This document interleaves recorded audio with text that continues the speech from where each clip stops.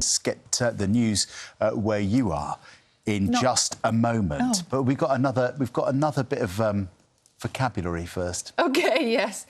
Yes, it's a word that I've never used before this morning, but I think lots of people at home might be aware of it. Defined as online content deliberately designed to elicit anger or outrage by being frustrating, provocative or offensive. I see what you did there. It's called ragebait. Deliberately winding somebody up. Yes.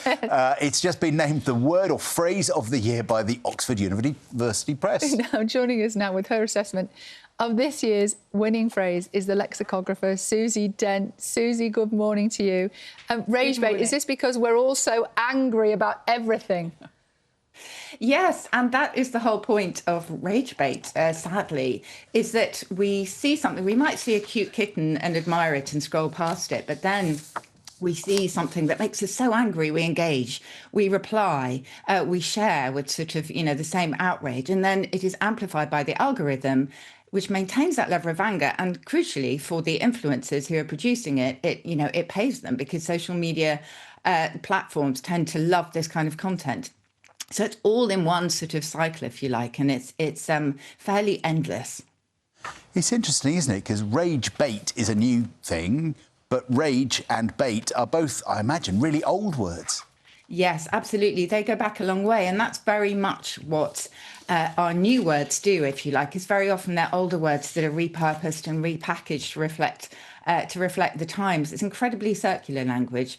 And I guess many of us, John, are familiar with clickbait. The first, I think, reference to bait in this sort of context is Oscar bait, going back to the 1940s, which was material in a film that was deliberately designed to win awards. So it's always been fairly pejorative. And Susie, in recent years, we have obviously seen technology creep into the word of the year, haven't we? It doesn't feel that long ago, I think it's just a little bit more than a decade ago, that selfie was word of the year. Yes. Yes, absolutely. And, the word of the year always reflects on what's shaping our collective language, what our preoccupations are, etc. And I think this year it's been dominated pretty much by debates over authenticity, whether it's the authenticity of the information we're being given or the images that we see, are they AI generated or are they human? Are people heavily curating their content on social media? Can we believe what we see? So it does seem a fitting choice, albeit a slightly depressing one.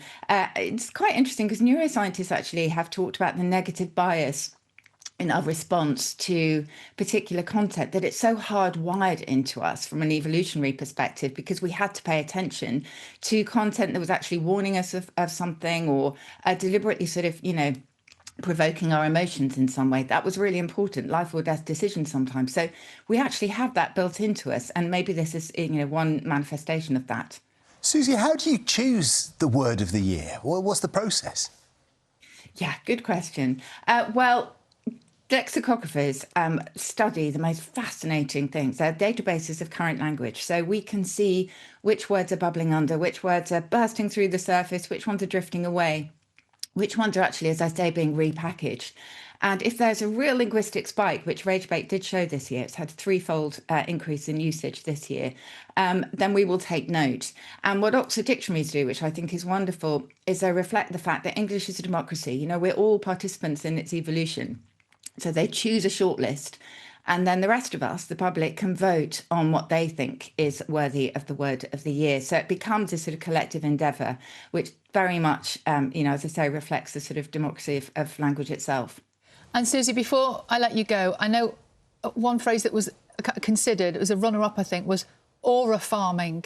I've no clue what that is.